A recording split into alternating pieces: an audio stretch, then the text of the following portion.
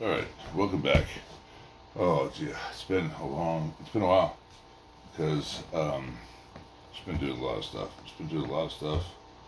And I sat down to do the work on this. I did it this September 2nd, and just been one thing after another. So, but here, look at this. Check out what we did. We got something called a sublimation printer, and you have this special paper, and we made little T-shirts.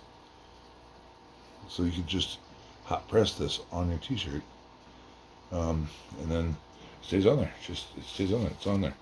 It's awesome. I'm wearing one right now. Look at this. Look at that. See that? Anyway, so we figured that out. I had to. It doesn't matter. It's just me and technology. Sometimes I have a love-hate relationship with it. Sometimes it works for me. Sometimes you're the bear. Sometimes you're the windshield. No, it's the bug of the windshield. Sometimes you eat the bear. Sometimes the bear eats you. Never mind. It doesn't matter. Red-headed woodpecker. Look at this majestic creature. Yeah, I still haven't hooked up a computer out here. I'm still doing everything on my phone. I don't care. Red-headed woodpecker. So I remember I was going to use this as my opportunity to go on a tirade. You know what? Almost forgot. Roll call. It is the fish, the school crew fish fiction tech talk show. So we gotta call everybody out. There's that idiot Chit. There's that big fatty chunk. There's fatty as a hamburger patty. That is Chew. Chew is Nom Nom right there, and that's Rockarola Hoochie Coo Stew. The face only a mother can love, and that is right down there. That is Fry, catfish Fry in the corner, and we got another Placo, which is what he is, catfish. Catfish Fry is Placo. We got another Placo in here, and his name is Mean Mr. Mustard. So he's in there. He's in there somewhere. He's tiny, and he's just kind of afraid of the rest of the guys. Oh, hey, you've never tried these. My fish love these. Watch this. Watch this. Look at them. They all can't wait. They're psyched. So these are like chewing gum for them. They love them. So I'll just kind of and then I'll just kind of and just boom. It makes them totally happy. This stuff. I love it. Alright.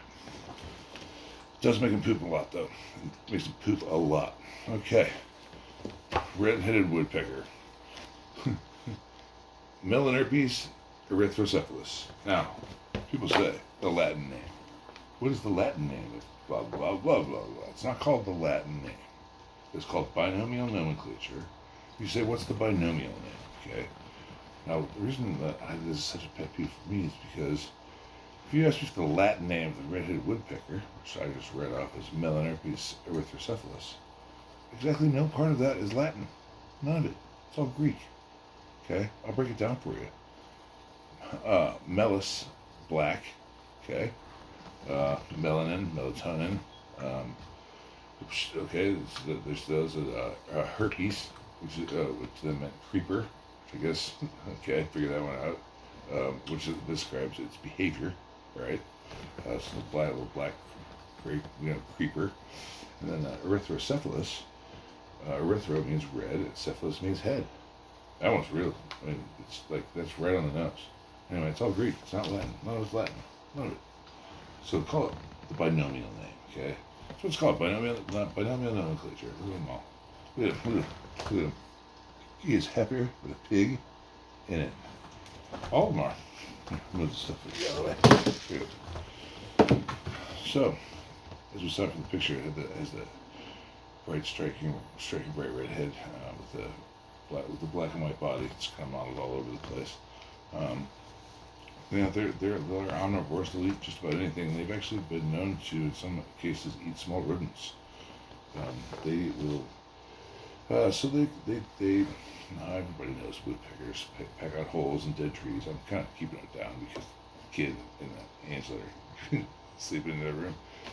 But that's kind of why I'm kind of toning it down here. So they pick. Everybody knows to pick out the holes, but what do they do with the holes, right? They live in them, okay, and then they store their food in them, and that it keeps their, you know, they bird brains are amazing.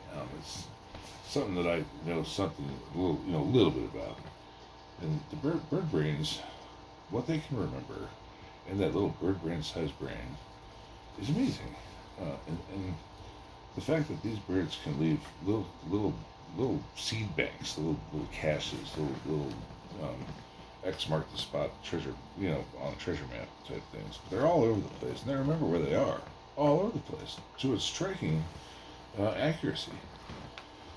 And these guys will leave these big tree trunks just full of nuts, and they kind of act like the village canteen, like the squirrels come by, the rats come by, other birds come by.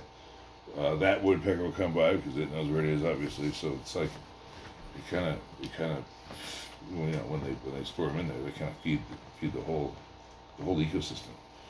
So the nut eating is part of the ecosystem anyway. But they also nest, and they also peck these things out. And they nest in these cavities that they peck out. so when they are pecking, let's talk about the pecker. Okay, a couple things about the pecker. So when they are digging these things out with their peckers, they leave. So they leave a big mound of pecker dust, pecking dust. I don't know, woodpecker dust, borehole dust. I don't know. At the entrance, just so, and then they'll purposefully leave a big mess out there to mark the territory. They also will not only, we all know birds sing and call, so that they can, they say that there's danger, or they try to find a mate or whatever. The woodpeckers do all this. The red-headed woodpecker does all that, and it also communicates using its pecker. So, it's a pecker. I'm doing it without even knowing it. Oh God. Okay. Well, beak. I call it pecker. I do. I always have. Partly because it's funny, and just because that's what it is. It's pecker. So you can get away with it here. It's like England having they got a bird over there called the great tit. So you can just say, it's great tits over there in England. Anyway, so the pecking action. How the hell do they not go goofy, banging their face into something thousands, hundreds of millions of times, and hundreds of thousands of times, or millions of times in its life? And they sound like little machine guns sometimes when they get to your sighting and stuff. They have this hyoid bone apparatus, which keeps their head stable. We have a hyoid bone, it's this floating bone. It's kind of in our neck area. I never really the hyoid bone was kind of a mystery to me, but that's where it is. And in the birds, it kind of wraps around their head, and it both acts as a target, like a fine targeting system, and a shock absorber. And it forms it into like this flexible sling, and it makes it so that the force can be delivered, but it's dissipated before it reaches the brain. And so that's how they do it. The hyoid bone apparatus. I'm trying to find a picture of it in that ornithology book, but there's only so much you get for books anymore. And I don't, I'm doing this on my phone, but hyoid bone apparatus. That's really hard to say also. So, and the rest of it's just, the most, it's right there in the name, woodpecker. I mean, it's just a bizarre behavior for an animal to have. But that's what they do. And the rest of the stuff is pretty boring compared to the pecking behavior. I gotta tell you, they both take care of the eggs. They both incubate the eggs. They both peck out the cavity. They're both the male and the female, both parents do the work. They lay 4 to 5 eggs. She lays 4 to 5 eggs. They incubate this cluster of eggs. It's 27 to 31 days. Both of them sat on it, and they're fierce defenders of this nest. Fierce. And they like I said, they toss those wood chips out the hole to let other people know, hey, we're in here, and don't even think about it. Like I mentioned in that one video, it's early on. So red-tailed hawk was eating right in front of me. And I'm not talking about the recent one from 2 days ago. I'm talking about the one from like 2 months ago, back in August, back in July maybe, early August. It's eating right in front of me, and it's being mobbed by this blue jay. Well, it's a bunch of blue jays, but you only really see one of them hit him. I talked about all those birds that will mob them, the starlings will, and the blue jays will, and the certain other ones will. These will. These guys will flock up and mob on a bird of prey, especially hawks, as they pass through the neighborhood. So, when they lay the eggs and they have the babies, the juveniles sit around and mimic their parents for a year, and you can tell the babies as they're growing up, because they have brown heads instead of that bright red head. But that's the red-headed woodpecker.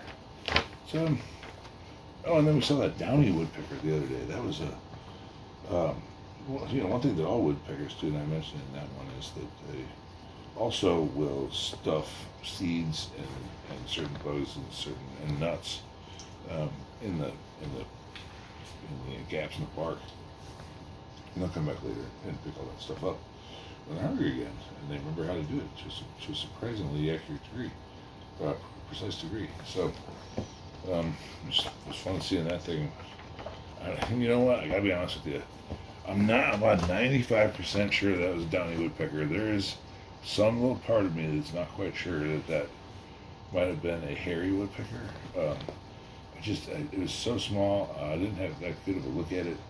And a lot of what distinguishes those two species is like this really subtle grayness on the tail feather, and like a really subtle difference in the beak, the length of the beak. Like the hairy woodpecker beak is just a little bit longer than the downy woodpecker beak. And I'm gonna go over and be like, hey, hold still, Mr. Woodpecker, while I hold you down and measure your beak up. Thanks, you pal. So, anyways, I'm reasonably sure that was a downy woodpecker. So, but hey, if anybody has evidence to the contrary, please, I'm more than happy to hear it. Okay, hey, this is awesome. Hey, did I show you this? We made t-shirts. We're working on this thing. This is great, dude. I'm having the time of my life. I'm gonna go see some new places here. I haven't done anything because my tripod broke. This damn tripod. I bought a cheap tripod, and then so I got a replacement. And then our friend Braden said that I should pick up one of these little harnesses. So I got one. I'm gonna wear it when it's just me, and then I'll strap it to the kid. Like he went out with Braden and the boys to go frogs fishing. I don't know spear frogging. I don't know what they call that, but that's what they did. I'd like him to wear the thing and document it sometime, and just go hang out with the kids. Just spear and frog, having fun, getting dirty, being kids. I'm so glad this one, and like he likes his video games, but he also likes his mud, so it's such a relief. Anyway, thanks for joining me. People don't think nature be like it is, but it do.